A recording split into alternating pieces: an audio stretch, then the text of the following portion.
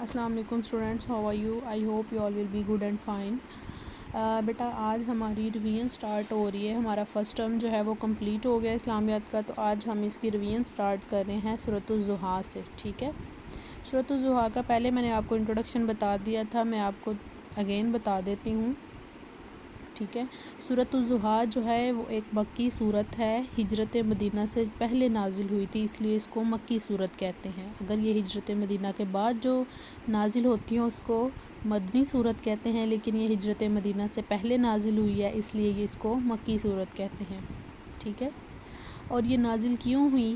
کیونکہ آپ صلی اللہ علیہ وآلہ وسلم پر وحی کا سلسلہ جو تھا وہ کچھ عرصہ کے لیے رک گیا تھا، ٹھیک ہے۔ جبرائیل علیہ السلام وحی لے کر نازل نہیں ہوتے تھے، تو وحی کا سلسلہ کچھ عرصہ کے لیے رک گیا، تو آپ رضی اللہ تعالیٰ عنہ کے جو چچا تھے ابو لہب، ان کی جو بیوی تھی جمیل، اس نے آپ صلی اللہ علیہ وآلہ وسلم کو طعنے دینا شروع کر دیے کہ نعوذ باللہ آپ کے رب نے آپ کو چھوڑ دیا ہے، اب وہ آپ سے ناراض ہو گیا ہے، اس لیے آپ پر وحی نازل نہیں ہوتی۔ تو آپ صلی اللہ علیہ وآلہ وسلم جو تھے ان کو دوہرا دکھ لگا کہ ایک وحی نازل نہیں ہو رہی اور دوسرا جو جمیل تھی وہ طعنے دیتی تھی، تو تب آپ صلی اللہ علیہ وآلہ وسلم پر اللہ تعالیٰ نے یہ صورت نازل کی تسلی دینے کے لیے کہ اللہ تعالیٰ نے آپ کو نہیں چھوڑا اور وہ آپ سے ناراض بھی نہیں ہوا، بلکہ وہ آپ کے ساتھ ہے۔ چلیے جی صورت سٹارٹ کرتے ہیں، بسم اللہ الرحمن الرحیم۔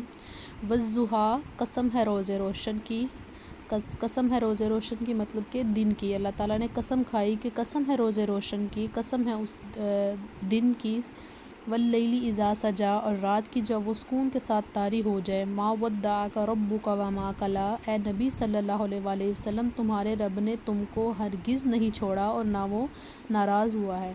آپ صلی اللہ علیہ وسلم کو صرف تسلی یہ نہیں دی گئی کہ آپ کو چھوڑا نہیں، بلکہ ساتھ میں یہ بھی کہا ہے کہ وہ ناراض بھی نہیں ہوا، اللہ تعالیٰ آپ سے ناراض بھی نہیں ہوا، کیونکہ وہ جو جمیل تھی اس نے کہا تھا آپ صلی اللہ علیہ وسلم کو اللہ تعالیٰ نے چھوڑ دیا ہے، تو اللہ تعالیٰ نے ساتھ میں یہ بھی تسلی دی کہ نہ چھوڑا بھی نہیں ہے اور نہ ہی وہ ناراض ہوا ہے۔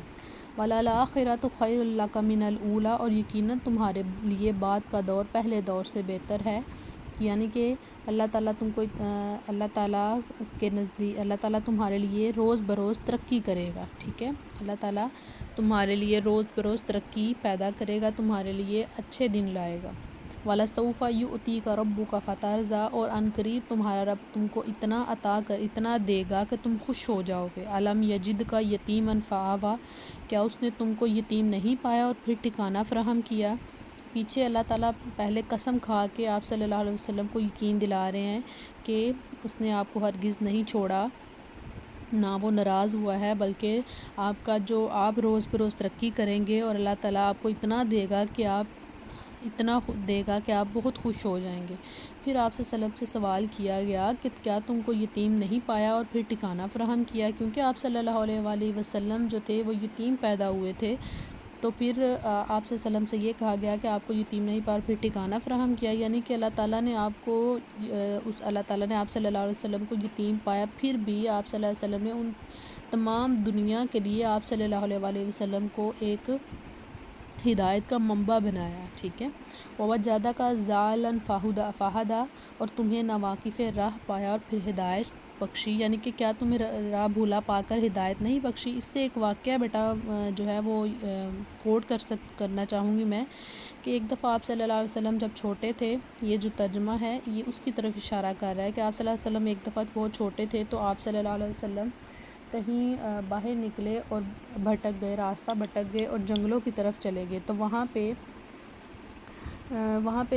راستہ بھٹک گئے، تو وہاں سے گزر ہوا ابو جہل کا، ٹھیک ہے۔ ابو جہل جو کہ آپ کے چچا تھے وہاں سے گزر ہوا، تو انہوں نے کہا کہ محمد تم یہاں پہ کیا کر رہے ہو صلی اللہ علیہ وسلم، تو آپ نے فرمایا کہ میں راستہ بھول گیا ہوں، تو میں گھر جانا چاہتا ہوں، تو انہوں نے آپ کو اپنی اونٹنی پر بٹھایا، آگے ابو جہل بیٹھا اور پیچھے حضرت محمد صلی اللہ علیہ وآلہ وسلم کو بٹھایا تاکہ یہ مجھے زور سے پکڑ لے، لیکن اونٹنی جو تھی وہ اس نے چلنے سے انکار کر دیا، وہ نہیں چلنے لگی۔ پھر جب آپ صلی اللہ علیہ وسلم کو نیچے اتارا، پھر اونٹنی چلنے لگی، پھر چھڑیاں بھی ماری، بٹھا کر آپ صلی اللہ علیہ وسلم پیچھے کو بٹھایا، کیونکہ آپ صلی اللہ علیہ وسلم سب دنیا سے بڑھ کر ہے، اعلیٰ ہیں، افضل ہیں، کیسے کوئی برداشت کر سکتا تھا؟ اونٹنی تک نے برداشت نہیں کیا، آپ صلی اللہ علیہ وسلم ابو جہل کے پیچھے بیٹھے، ٹھیک ہے.